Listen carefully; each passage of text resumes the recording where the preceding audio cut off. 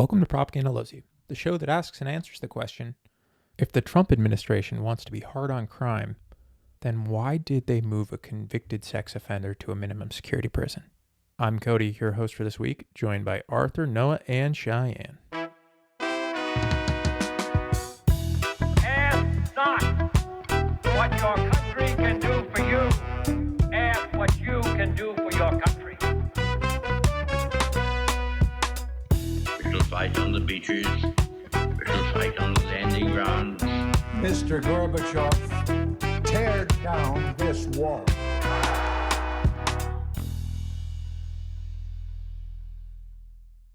Hello, everyone, and welcome back to Propaganda Loves You for our Thursday episode this week. On Tuesday, we kind of gave an update on what's going on in D.C., as well as an update on the situation for Guillermo Abrego Garcia, though that is continuing to change on the daily. And we also talked about the administration's actions related to the Smithsonian and kind of how they're targeting specific Smithsonian museums that they don't say align with the administration's views, specifically talking about how it overemphasizes race, the negative aspects of slavery, and should focus more on progress. And so, this week or today, we're going to kind of finish out that conversation. But we got a couple different topics we're going to hit on. We're going to talk about Ghislaine Maxwell and her recent move, as well as the situation around the ongoing redistricting wars. So, so with that, let's jump right into it. Something that has kind of been kicking around in my head more and more of the Epstein revelations come out, and then with, some of the recent things that have happened with Ghislaine Maxwell. I can't remember if she was moved to the minimum security prison last time we talked. I think maybe she had just been moved there after talking to Trump's personal lawyer for about 2 hours.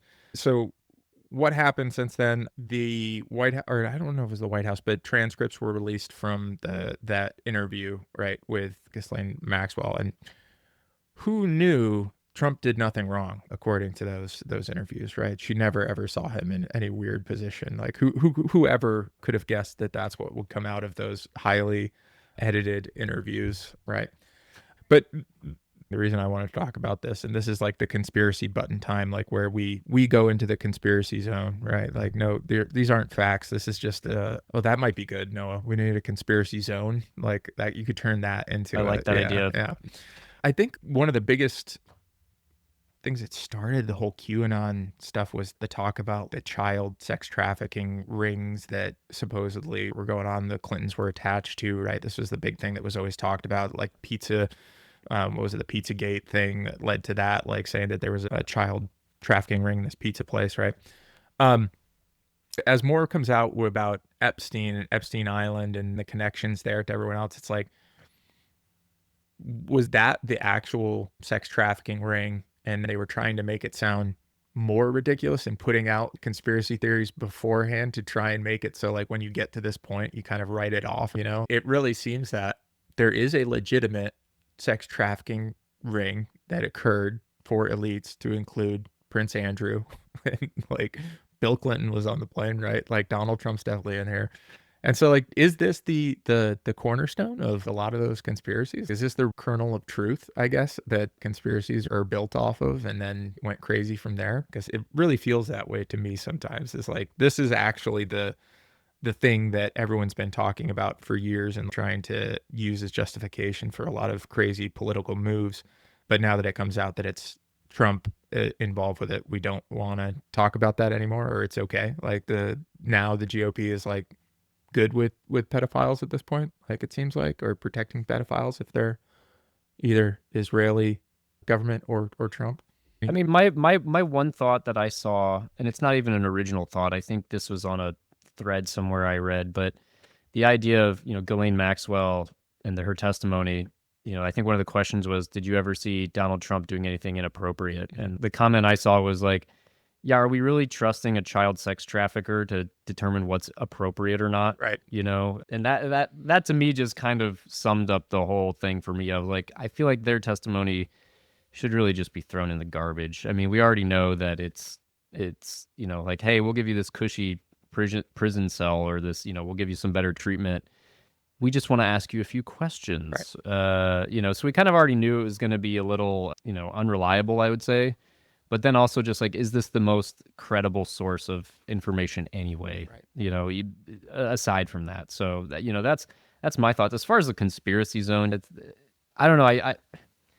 I don't know if it's a kernel of truth or if it's just projection, right? 'Cause Yeah. it does seem like right now, these days, every accusation is a confession. Even to the point of like paid protesters. I saw online this week someone had posted these links to Craigslist that was trying to get conservative. It was like a conservative protest, and they were paying people like $300 to show up for that. So it was like these paid protesters, and it's like every accusation seems to be a confession, more and more, and that's what I wonder. I don't know, man. That's an interesting question you bring up. I guess the conspiracy then would be like, was the Pizzagate and some of these other conspiracies, were these started by the elites who were just trying to cover their tracks for Epstein? Right. I guess would be the conspiracy, right? Yeah, that'd be the conspiracy there. Are they smart enough to do that, would be my question. I think so. I think like the issue that they faced is that 13-year-olds grow up and they become adults, and they can only so many of them can like I don't know, Be disappear. Like, Yeah, like I don't know. I've read about some of the victims, and like a lot of them have ended in suicide, and so yeah. But yeah, definitely. I think like they obviously know this is coming, so to shift like public discourse to have these like more ridiculous things like Pizzagate and like lizard people and tunnels and things like, are they actually just intentional narrative shields that have been prepped? I think totally. That's like and then it's like it controls the detonation of the entire thing. And I can definitely see that. Yeah. I mean, it's in the same way that bringing troops into DC and then arming troops and like getting people normalized to this sort of thing is a way to normalize state violence and escalate force in a way that's like the frog boiling pot thing. It could be the same thing, right? Like normalize discussion around this, make it seem ridiculous, right? Like make it seem like this crazy thing, and then when people like, oh wait, no, like this is like this is true, or not like the whole thing's true, but there is a person that did, traffic people, and yes, elites are involved with them, then it just doesn't, sound as crazy. Like we've been talking about crazy, elite pedophile rings for however long. Yeah, it's like either way, they use it to their advantage, and they don't silence the truth outright, but they like drown it, and they flood the whole market with all these conspiracies. And I think that's definitely in the playbook. Yeah. Makes sense. I think that's all the major talking points I had for today. Can give an update on the plague. Yeah. So here's the So it's plague. 5,000 people now. No, I want to actually give an update on the plague that is positive news. So the plague, this is according to reporting from the Los Angeles Times, it says the plague can be treated with antibiotics, but if left untreated, it can be fatal. So I think, when people hear the plague, it's immediately you start thinking of, mass die-offs in medieval times Europe. So it's not as, it's still a serious disease, but it's not, to the extent that it once was. So it does seem like it's not a huge deal. This person who got it is under treatment. The interesting thing about the plague is that it can be spread among vectors, so like bugs and fleas and that sort of thing. So that's why it's really hard to eradicate. Nothing to worry about for our listeners, but I wanted to at least calm some fears if you heard that the plague was back. That's not how you get viewers. You gotta sow fear. The plague. We sowed I fear hear at it's the beginning. Yeah. The plague's at an all-time high. Yeah, one. Yeah. So antibiotics solved the plague. Good to know. That's good to know. It's true. It does. And apparently, there are some cases every year. I'm trying to look for the exact numbers, but yeah, it says 2 plague cases were reported in California in 2015.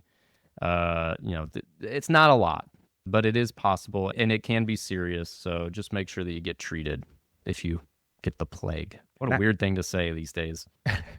Well, actually, it reminded me of another point I wanted to talk about with this whole Epstein thing, because, yeah, plague, get some antibiotics, get healthy. Speaking of health, Trump's health has been a topic of conversation for a bit now. But the reason I wanted to bring this up in terms of Epstein, did you guys hear his comment on getting into heaven? Did you hear about that? Where he was getting an interview. I can't remember if this was on Fox, but they were talking back and forth that he somehow it came up to he's like, yeah, like I think it was ending the war in Ukraine, why he was focused on ending the war in the Ukraine. And he came up and he was like, well, I'm hoping it helps me get into heaven. And he said, like, I don't think I'm doing very well, like right now, like, to get into heaven. And so it was just such this weird, like out of character thing for Trump to be talking about that it's like, maybe these, the health concerns that everyone's talking about with the edema and then the, not being able to walk a straight line and whatnot are weighing on him a bit more. And maybe he's like actually, degrading in health and thinking about that. But yeah, that was the thing that kind of made me think about it. Like if he's actually contemplating his own morality, like I just don't see the heaven comments being a like, 4D chess move or whatever you want to call it. Like it feels like a drop of the mask a little bit for Trump and like a legit just comment from him. That might be legitimately the only true thing he's said, as long as I've known him, is that, I'm not doing a great job at that right now. Yeah. That's wild. I hadn't heard that. That's kind of an interesting slip. Well, of someone who's typically has a tough bravado kind of, so that's interesting. Yeah. And people thought it might have been a joke, and they actually asked Carolyn Levitt about it during one of the press conferences, and she was like, I think he was serious. He wants to get into heaven. Like, I hope everyone wants to get into heaven. But like, yeah, it was an interesting moment, and it just it made me think more about like everything that's coming out in the Epstein files, if like that's really weighing on his head, and a semi-admission of guilt there. But anyway, yeah, kind of just to like close out all these topics anyway. So, like you mentioned, Arthur, the administration is trying to take physical control, right, of Washington, D.C., and they're talking about doing this in other cities. They're talking about trying to rewrite history in a way that casts America in a more positive light and doesn't focus on negative things. But at the same time, they're kind of losing control of some of their core narratives that have been going on for a long time with Epstein and whatnot. So it's just really an interesting moment. I think it's pretty chaotic. I guess we'll see kind of like where this goes from here with both the physical control, what happens with the story rewrites, but also what happens with the administration as more comes out on Epstein. And I think the B line there, the story that I'd be watching is really like who's starting to put money behind JD Vance and like starting to prop up JD Vance. And, oh, right, Elon had this America party and now it's like, oh, I'll just back Vance, right? Like, so I think like that's the other thing that we need to be prepared for, because honestly, like the Vance Hegseth Miller combo is pretty terrifying to think of them without any, dementia riddled grandfather over the top that, could be trying to get in heaven one day and, supporting Ukraine, and the next day, who knows? And the comparison of Trump to Reagan and like both of them, like serious decline in health and like who's actually running the government. Like, anyway. Any closeout on these couple topics here? I mean, just, if we're talking about mental decline, it's interesting that was such a topic for Biden, and the big, the major reason that he dropped out of his reelection campaign, and only to be replaced by another octogenarian has serious mental decline. So I think that just is more of a commentary on the quality of politicians and leaders that are being propped up by the system right now. Like, we just need better candidates. I was just going to say age limit. You got to be 35 or whatever to run for president. Let's cut it off at like 60. It's just another example of the arguments being used. Like, they're just for the convenience of the narrative. There is no like case where these arguments, when used by other people, are still valid. They're completely unvalid if the people you don't agree with use them. If they happen to be inconsistent with the rest of your messaging, but they apply right now, we'll use them, and then it changes. I feel like there are so many things we've talked about in that, like even them saying like a lot of Black people live in this city. It's like that has nothing to do with the context of what's happening. It's just one convenient thing you could happen to say right now. And so you say it, and if somebody else says it, then it makes no sense. And the language is woke, and there is no authenticity to anything being said other than to prop up whatever the actual agenda is. Same with Joe Biden, Trump, like the whole thing. Whole messaging to a means to an end. Because what's one of the core messages that people are talking about? Redistricting wars. Texas moves forward. Everyone's gung ho on the GOP side. Good for Texas. Tweeting out, hey, they built these maps and we're going to get extra 5 seats. I think the president did that. Well, at the same exact time, saying what's happening in California is unconstitutional, must be challenged, like same breath, like both sides of the mouth, and saying that without a hint of shame. Please stay tuned for a word from our sponsors. Has a rogue deepfake threatened your social standing?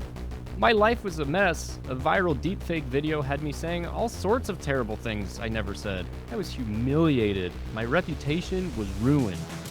That's why we created Reputation Reconstruction. Unlike other services that erase your past, we rebuild your future. Our team takes original data from your online presence and uses it to create a new, optimized digital persona, one that can withstand any form of digital attack. So you get a new brand?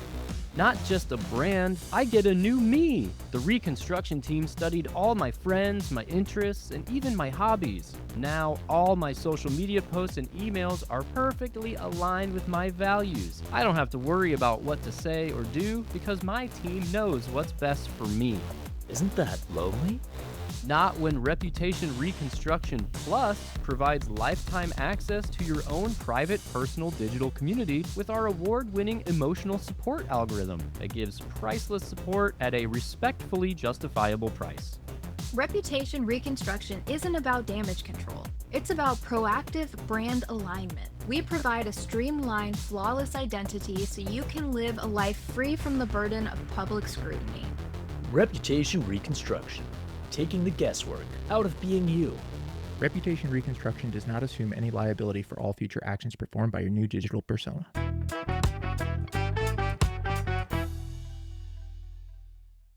Can we just talk for a quick second about the New York mayor race with Cuomo trying to call out Mamdani for being rich? Oh my God. That was incredible. Like, this guy in a $2,300 a month apartment is rich. I'm like, dude, your dad is Mario Cuomo. Like, get the fuck out of here. Like, just like, well, I think he came back and was like, I'm not surprised that Cuomo's still running because he doesn't know how to take no for an answer or something like that. I was like, dude, this guy's the best.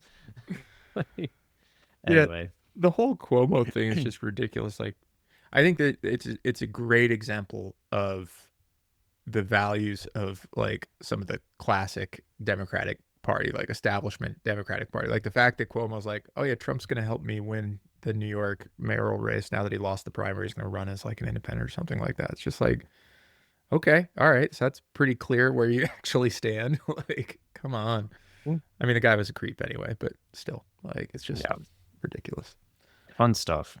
I was just thinking about this as we were taking a break, but Cheyenne, what you were saying near the end of that last one, as far as like the messaging goes and how the messaging only serves to like basically support whatever action is being taken.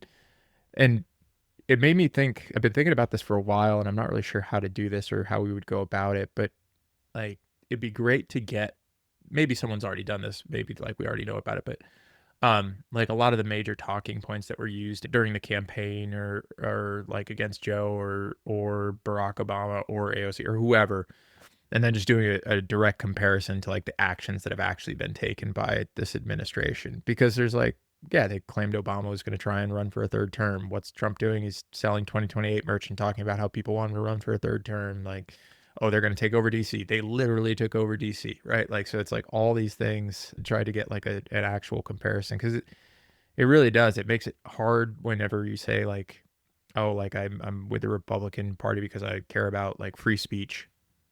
Okay. Yeah, they yelled a lot about free speech over the last 8 years, but what are they doing now that they have power? I don't know if there's one single argument they make other than the ones they're being honest about with like, I want to get rid of all the immigrants, that they like truly like back up. Yeah, it would be interesting to just do a look at like the projection. Like the free speech stuff is definitely like, we care about free speech unless you say what we don't want you to say. Right.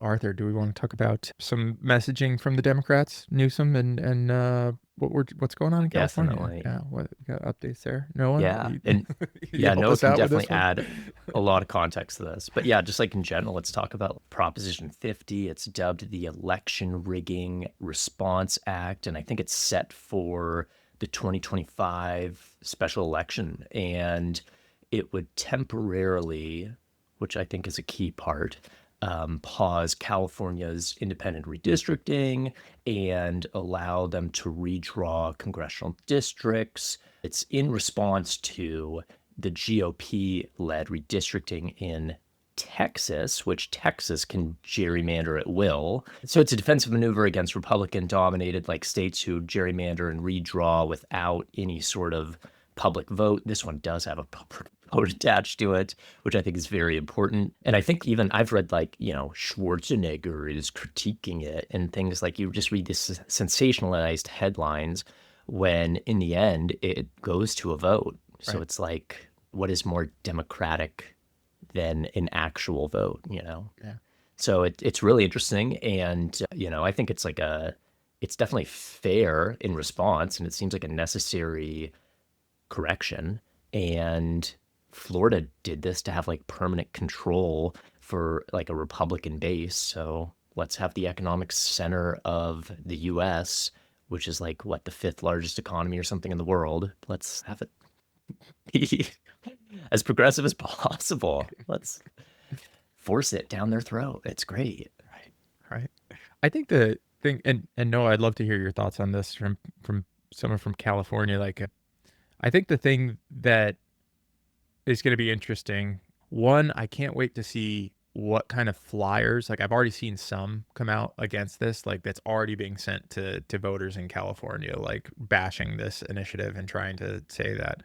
But also, I'm sure there's going to be like opportunities, which we should probably find on our show if people want to try and promote like the truth, I guess, around this and what it's being done for. There's probably going to be like a postcard opportunity, like send postcards to voters in California informing about this. I imagine they'll probably have that push. But I think the really important thing, and you mentioned it up front, Arthur, was that this is paired with a push for like national independent redistricting, like we had talked about before. Like it's both a promotion of like why that should be a thing, even though they're going through these steps to essentially gerrymander California as a response, right? But with the thought that we should have nationwide independent redistricting. So yeah, I would love your thoughts on that.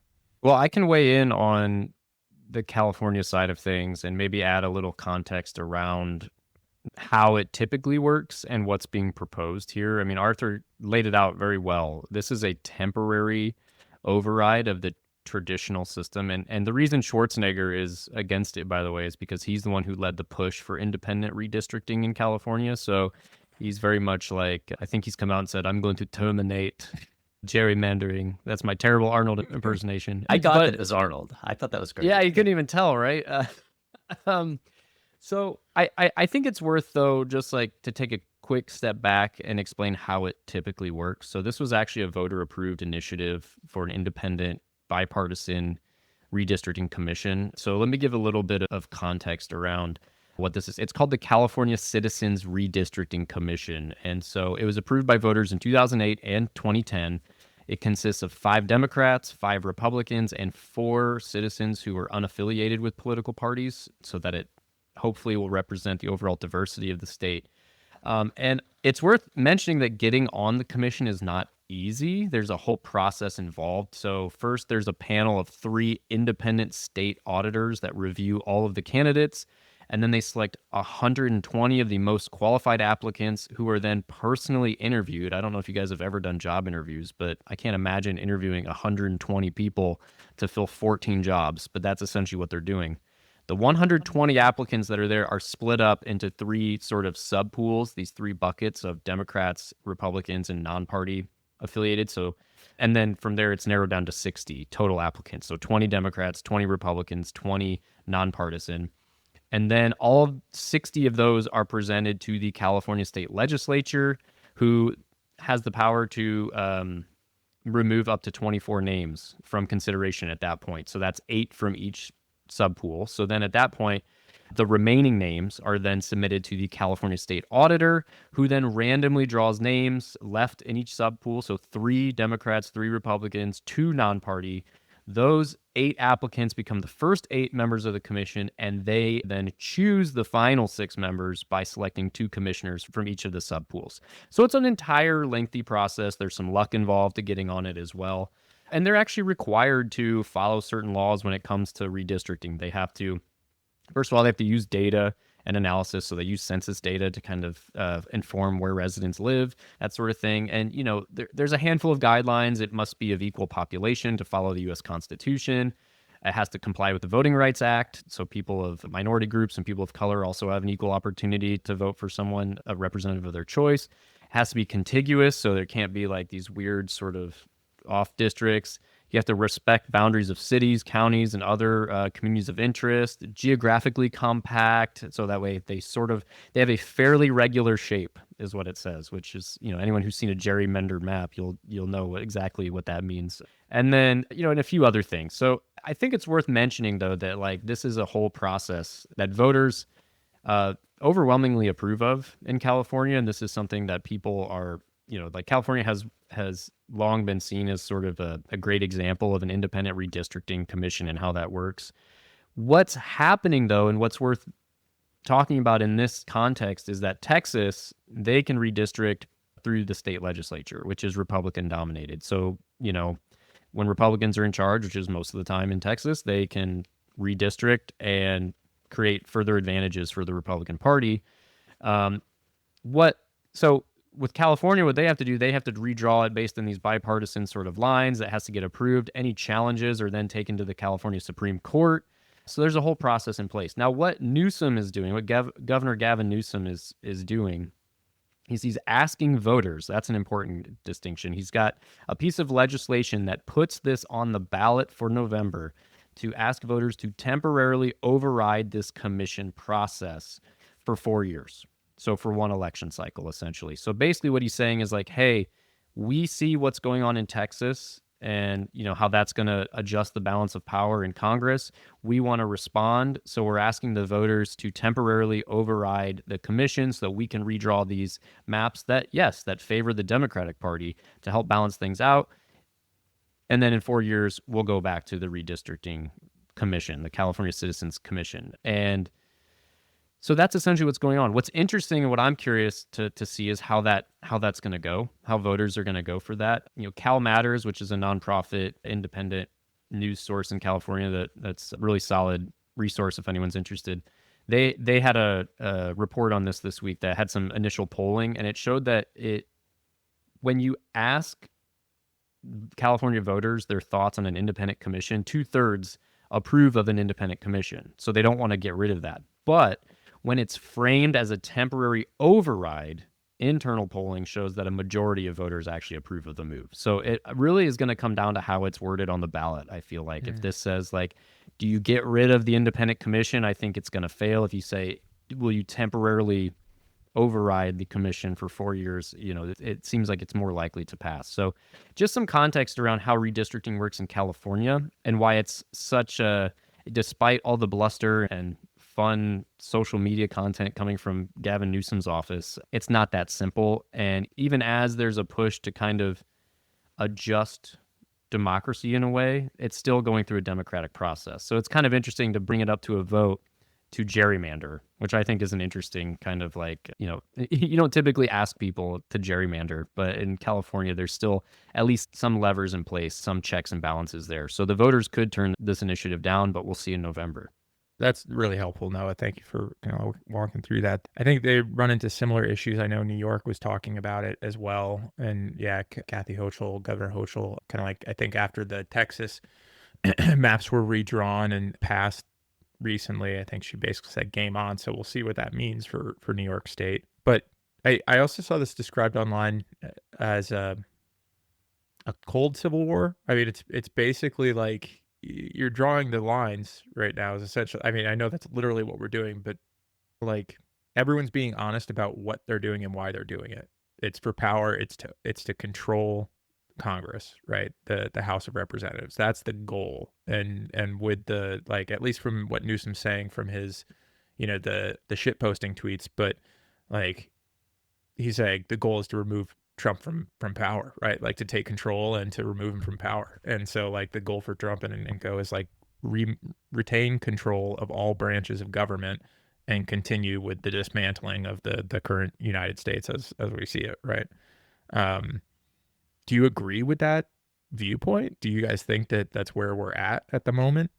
I had this conversation with a friend of mine recently. I find it interesting that it seems like there are certain areas, whether it's California or Philadelphia or certain areas of the country, that seem to look at the big picture of this United States experiment a little bit more.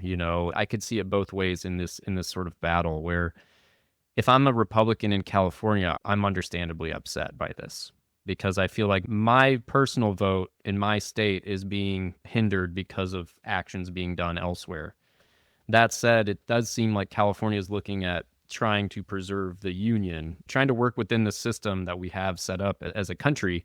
And I wonder that, if voters turn down this measure and Texas continues with its, I mean, they've already voted for it, but if that goes through for the midterms, I am curious what that means, because you're quite literally drawing lines, and we've seen secession movements in the past, and that's something that tends to be brought up, especially in times of conflict and struggles. You're starting to see factions already kind of starting to form. So I'd be very curious to see, especially as military continues to ramp up.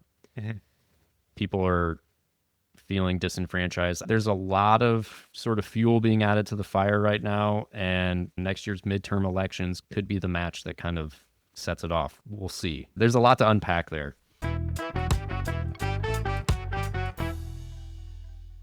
Please stay tuned for a word from our sponsors. They tell you to eat right, they tell you to stay fit, but they don't tell you why. The corporate food system is designed to make you weak, to make you dependent. But what happens when the supply chains fail? What happens when the social fabric finally snaps? Or better yet, what happens if the apocalypse does come with zombies? That's why you need to get strong.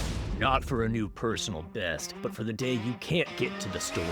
You need Patriot Protein, funded by our partners with Patriot Strength Party. This isn't some vegan shake. This is MRE grade high-density nutrition. Each scoop is packed with an uncompromising blend of everything you need and nothing you don't. They want what you have. They want you soft. But with Patriot Protein, you'll be hard. You'll have the focus to face any threat, energy to protect what's yours, and the strength to endure, because the day is coming, folks. This protein will allow me to be the last man standing. For America, there's nothing more patriotic than that. Patriot Protein. Be strong. Be ready. Patriot Protein has not been evaluated by the FDA and is not intended to treat or prevent any coming societal collapse.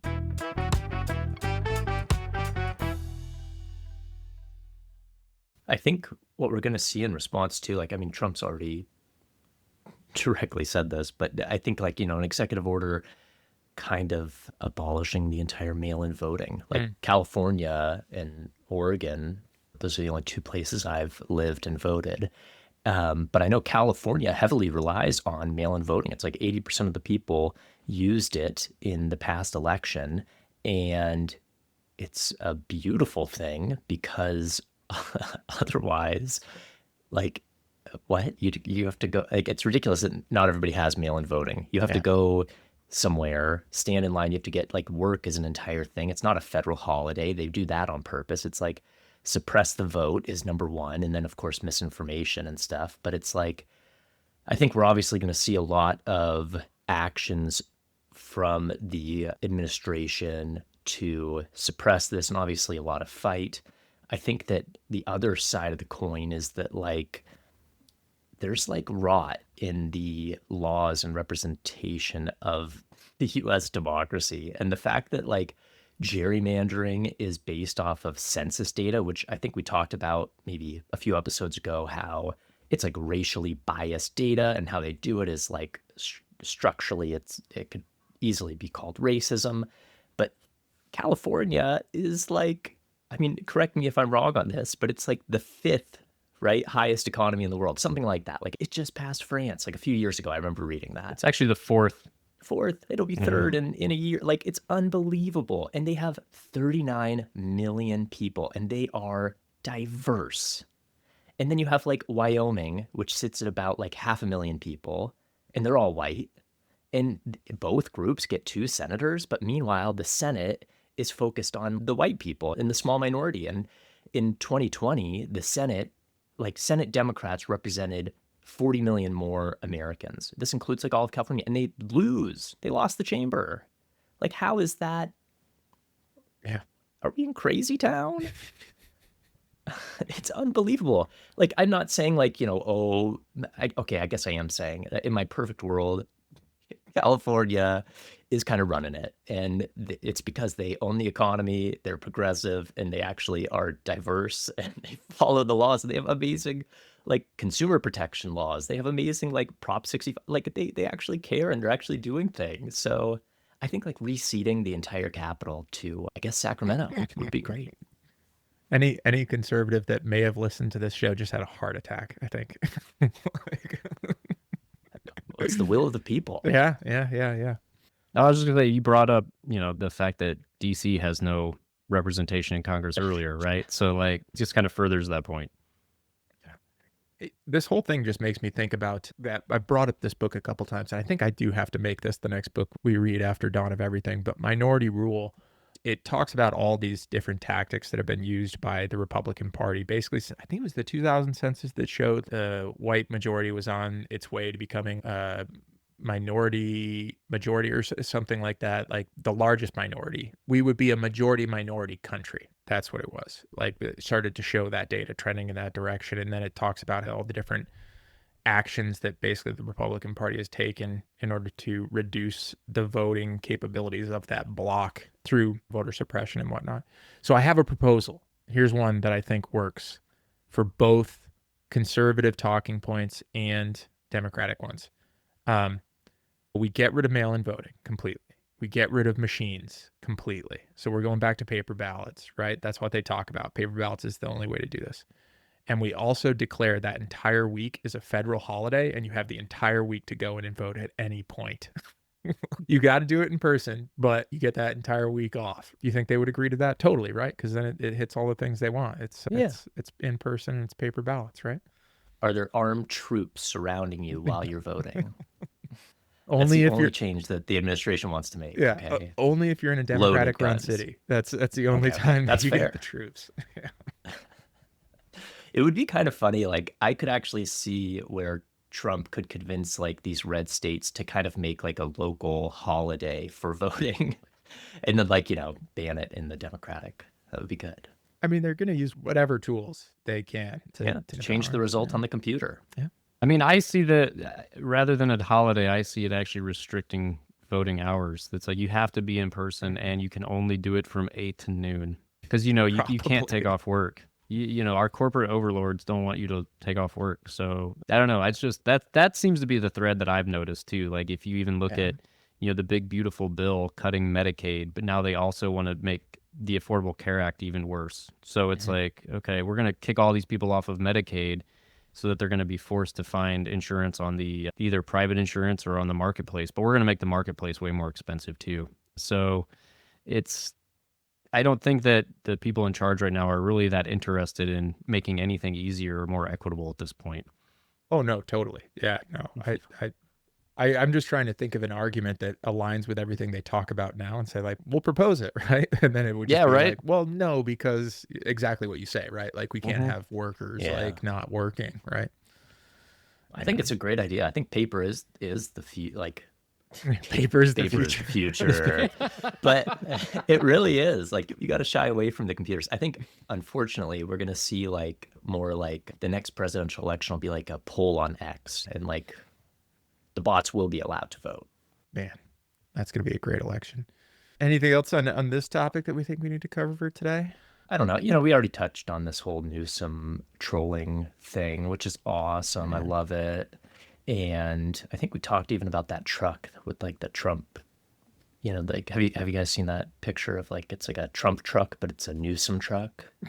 and somebody got like 8 flags, and it's like Newsom, Newsom, Newsom for and it's like my president Newsom, and it's like littered with stickers, and it's everywhere. It's awesome. Yeah. You should look it up on. But no, I don't know. That'll just keep going. I love it. I mean, I think it's a great tactic just because it makes people react to what he's doing and say this is dumb or something like that, and then you just literally bring up the Trump tweet that it's modeled off of, right? Like it's Yeah. So I think like from that perspective, it's really smart messaging on his part, I think. Yeah, I hope that more start, really showing the idiocy of this, right? Like this is what he's doing, and he's doing a good job of it. Yeah, definitely. They should have started doing it immediately. Yeah. And yet it just highlights how idiotic it just seems when you read like in all caps that somebody is like, my beautiful proposition with tiny hands. Yeah. It's just like, what? Yeah, I was talking about this with someone the other day. It's like, yeah, as much fun as it is to see Newsom do this, it's also sad that this is the discourse of potential presidential candidates. Like this is where we're at as a society, that we have meme presidents now. But that's what happens. You open the door for a reality TV star, and this is kind of what you get. Yep. Yeah. There's Yeah. so many people who cannot like critically engage. They can only be just like rotted babies, and it's like when you guys were talking about like using the tools of the enemy and like the tech and AI for your own side. Like this is that. It's just being belligerent because that is the only response you're gonna get. Yeah. It's sad. It's also, I think, an acknowledgement. Like I think the messaging that Newsom has alongside it is also what's really important, right? Like, because he's coming out and he's basically saying like, oh yeah, like you got an issue with this?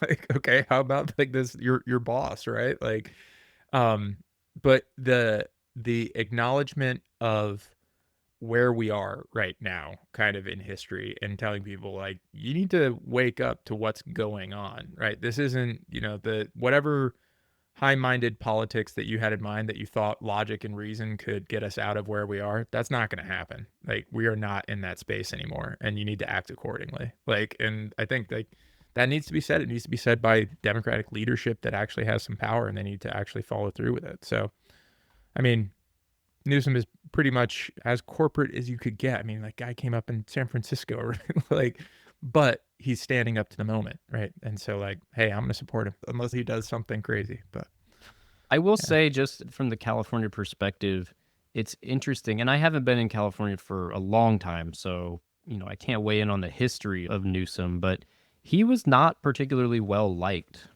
in California. He was very unpopular for ordering state employees back to the office, because a lot of state employees are still working remotely or hybrid. And so he's taken a lot of flack for that, and he's had to walk that back. And so he was not exactly a beloved governor in the state of California. But now that this is going on and you're seeing him attacking Trump in this way, you're starting to see voters actually be like, all right, like I don't like him for a lot of reasons, but like he's doing the right thing here. And so I can support that. So, it's interesting to see his kind of popularity, even in California, sort of switch a little bit here. He made some interesting choices right off the bat after the election.